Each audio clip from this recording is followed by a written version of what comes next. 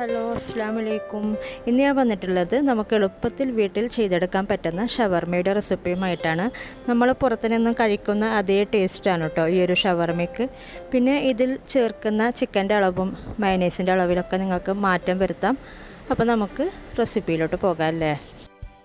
അപ്പോൾ ഞാനിവിടെ 300 ഗ്രാം ചിക്കന് നല്ല ക്ലീൻ ചെയ്ത് വെള്ളമൊക്കെ വാർന്നെടുത്ത് വെച്ചിട്ടുണ്ട്. വെള്ളം ഒട്ടും ഉണ്ടാവരുത് കേട്ടോ.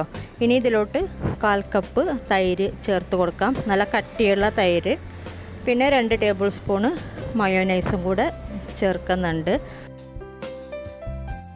ഇനി ഇതിലേക്ക് 1/2 ടീസ്പൂണ് ജീരകപ്പൊടിയും 1/2 ടീസ്പൂണ് കുരുമുളക് പൊടിയും ചേർക്കാം.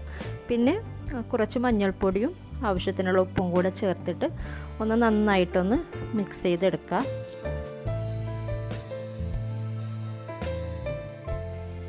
അപ്പോൾ ഇപ്പോൾ നന്നായി മിക്സ് ചെയ്തെടുത്തിട്ടുണ്ട്. ഇത് ഒരു അരമണിക്കൂറൊന്ന് മാറ്റി വെക്കണം. എന്നിട്ട് നമുക്കിതൊന്ന് ഫ്രൈ ചെയ്തെടുക്കാം.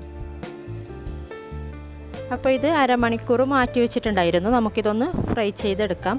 ഒരു പാൻ ചൂടാകുമ്പോൾ അതിലോട്ട് ഒലിവ് ഓയിലോ അല്ലെങ്കിൽ സൺഫ്ലവർ ഓയിലോ ചേർത്തിട്ട് ചൂടാകുമ്പോൾ നമ്മുടെ ചിക്കൻ പീസ് ഒന്ന് ഇട്ട് കൊടുക്കാം.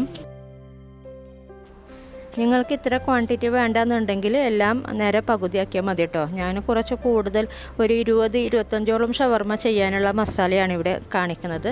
അപ്പോൾ നിങ്ങൾക്ക് ഇത്ര വേണ്ടെന്നുണ്ടെങ്കിൽ എല്ലാം പകുതിയാക്കിയാൽ മതി. അപ്പോൾ ഇത് ഒരു സൈഡ് മുരിഞ്ഞിട്ടുണ്ട്. നമുക്കിതൊന്ന് തിരിച്ചിട്ട് കൊടുക്കാം.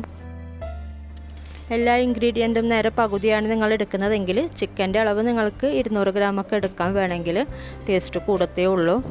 അപ്പോൾ ഇത് ഫ്രൈ ആയിട്ടുണ്ട്. ഇത് നമുക്ക് ഫ്ലെയിം ഓഫ് ചെയ്യാം. എന്നിട്ട് ഇത് നമുക്ക് മാറ്റാം.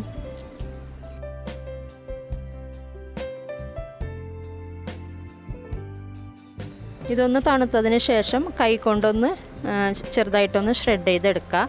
മിക്സിയിലിട്ട് ക്രഷ് ചെയ്യരുത് കേട്ടോ. ഇങ്ങനെ ഷ്രെഡ് ചെയ്തെടുക്കുമ്പോഴാണ് നമുക്ക് കുറച്ചും കൂടി കടിക്കാൻ വേണ്ടിയിട്ട് കിട്ടുന്നത്. ഇത് നമുക്ക് വലിയൊരു ബൗളിലോട്ട് ഇട്ട് കൊടുക്കാം.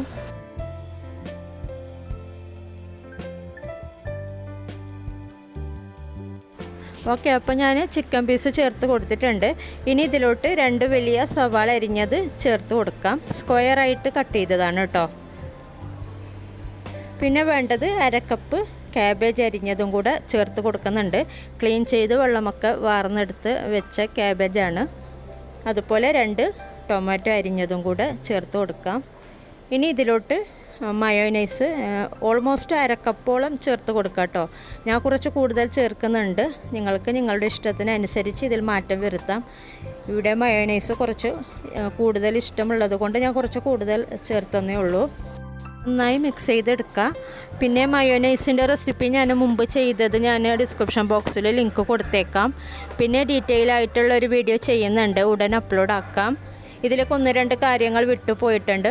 ആവശ്യത്തിനുള്ള ഉപ്പും 1 ടീസ്പൂണ് കുരുമുളക് പൊടി, അതുപോലെ 1/2 ടീസ്പൂണ് ജീരകം പൊടിച്ചതും കൂടെ ചേർത്തിട്ട് ഒന്ന് മിക്സ് ചെയ്തെടുക്കുക.